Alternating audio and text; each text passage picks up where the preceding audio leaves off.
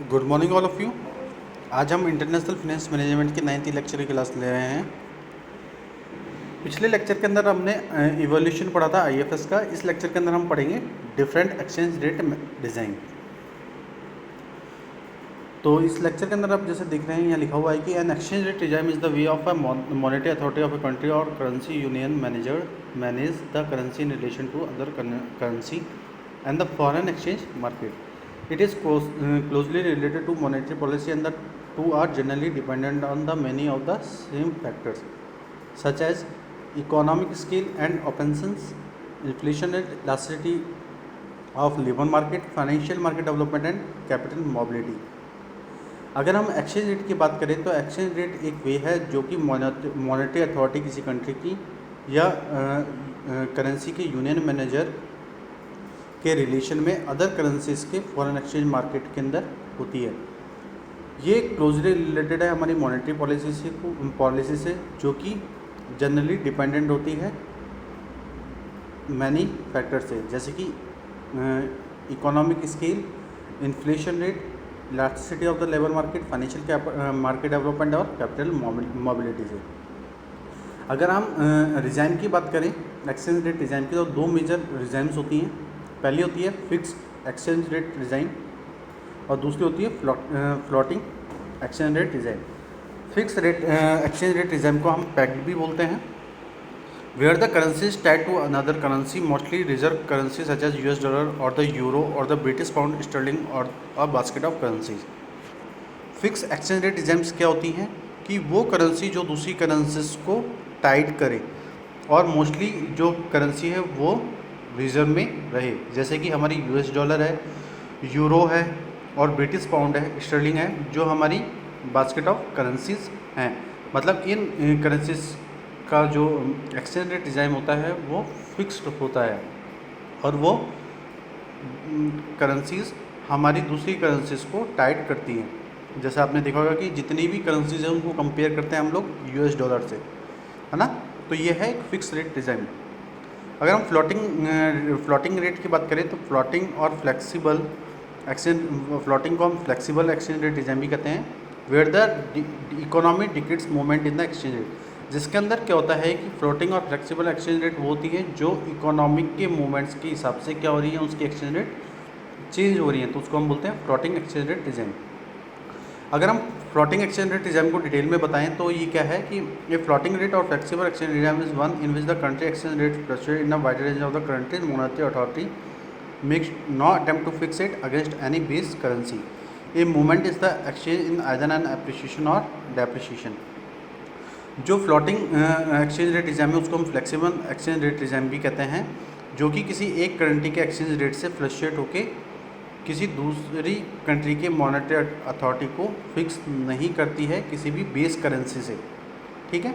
और ये जो मूवमेंट होता है एक्सचेंज का, ये या तो एप्रिसिएशन से होता है या डेप्रिसिएशन से होता है। मीन्स हम कोई भी बेस करेंसी नहीं मानते किसी एक करेंसी को, हम और मार्केट के फ्लक्चुएशन से या उसके एक्सचेंज रेट के फ्लक्चुएशन से हम उसको देखते हैं। इसके अंदर जो फ्लोटिंग रेट रिजाइम है, इसके अंदर जो पहली जो होती है वो होती है free float. Free float, also known as clean float, signifies that a currency value is allowed to fluctuate in response to foreign exchange market mechanism without government intervention. Free float कौन सी होती हैं जिनको हम clean float exchange rate कहते हैं। ये signify करती है उन करेंसी वैल्यू को जो कि फ्लक्चुएट के रेस्पॉन्स में अलाउ हो किसी फॉरेन एक्सचेंज मार्केट के मैकेनिज्म से और उसके अंदर कोई भी गवर्नमेंट इंटरवेंशन नहीं हो, तो वो कौन सी होगी, हमारी फ्री फ्लोट एक्सचेंज रेट। दूसरी अगर हम बात करें तो जो सेकंड है हमारी वो है मैनेज्ड फ्लोट और dirty float. Managed float also known as dirty float involves government intervention in the market exchange rate in different forms and degrees in an attempt to the make the exchange rate change in the direction conducive to the economic development of the country, especially during an extreme appreciation or depreciation. A monetary authority may, for example, allow the exchange rate to float freely between an upper and lower bound, a price ceiling or floor. जो second हमारी floating या flexible rate exam है वो design है वो है हमारी manage float. पहली थी हमारी फ्री फ्लॉट जिसमें कोई भी गवर्नमेंट इंटरवेंशन नहीं होते और वो फ्री होती है हर तरीके से, ठीक है।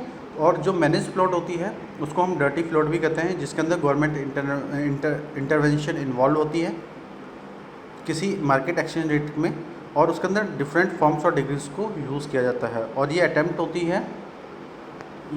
की जाती है और उनसे एक्सचेंज रेट चेंज के हिसाब से उनको बनाया जाता है, और उसके अंदर कुछ कंडक्टिव इकोनॉमिक डेवलपमेंट किसी कंट्री के उनमें डायरेक्ट किए जाते हैं, स्पेशली जब हम उसकी कंट्री की डेवलपमेंट को एप्रिसिएशन या डेप्रिसिएशन से कंपेयर कर रहे हैं, तो उसके रिगार्डिंग में जो भी एक्सचेंज रेट होएगी हमारी वो मैनेज्ड फ्लोट होएगी। अगर हम बात करें तो जो मॉनेटरी अथॉरिटी है हमारी, वो किसी भी कंडीशन के अंदर अगर वो फ्लॉट कर रही है ना, एक्सचेंज रेट के अंदर फ्रीली, तो वो उसको अपर या लोअर बाउंड से करती है। तो अगर हम बात करें तो अगर प्राइस सीलिंग है तो वो अपर है, और अगर अब वो किसी की जो प्राइस है, किसी करेंसी की जो प्राइस है वो फ्लोर है, तो वो मीन्स लोअर बाउंड है। तो आज के लेक्चर के अंदर हम लोगों ने क्या क्या पढ़ा कि जो एक्सचेंज रेट रिजाइम क्या होती हैं, और एक्सचेंज रेट रिजाइम के 2 मेजर रिजाइम्स कौन कौन से हैं। तो हमने पढ़ा कि फिक्स्ड होती है एक, जिसके अंदर किसी एक बेस करेंसी को हम मान लेते हैं और उसके हिसाब से हम उस सारी जो रिजर्व करेंसी है उनको फिक्स कर देते हैं। और दूसरे में हमने देखा फ्लोटिंग, और फ्लोटिंग रेट जो रिजाइम्स होती हैं वो इकोनॉमी के मूवमेंट्स पे डिपेंड करती है कि जैसी जैसी इकोनॉमी होगी उसी कंडीशन में उस करेंसी की वैल्यू डिसाइड होगी और उसकी एक्सचेंज डिसाइड होगी दूसरी अदर कंट्री से। फिर हमने फ्लोटिंग रेट को आगे, फ्लोटिंग एक्सचेंज रेट रिजाइम्स को आगे फर्दर डिवाइड किया और फ्लोटिंग एक्सचेंज रेट रिजाइम समझा। तो उसके अंदर हमने देखा कि फ्लोटिंग जो होती है वो करेंसी के एक्सचेंज रेट्स के फ्लक्चुएशन से, और उसकी जो कंट्री की मॉनेटरी अथॉरिटी है वो उसको फिक्स नहीं करती है किसी बेस करेंसी को, और वो मार्केट के या इकोनॉमी के मूवमेंट के अकॉर्डिंग उसके एप्रिसिएशन और डिप्रिसिएशन के बिहाफ पे एक्सचेंज की जाती है। उसके अंदर हमने पढ़ा फ्री फ्लोट होती है और एक होती है मैनेज्ड फ्लोट। तो आज के लेक्चर के अंदर हम लोगों ने इतनी सारी चीज़ों को कवर किया है, और बाकी का जो इसका नेक्स्ट पार्ट है वो हम नेक्स्ट लेक्चर के अंदर कंप्लीट करेंगे। Thank you so much and have a nice day.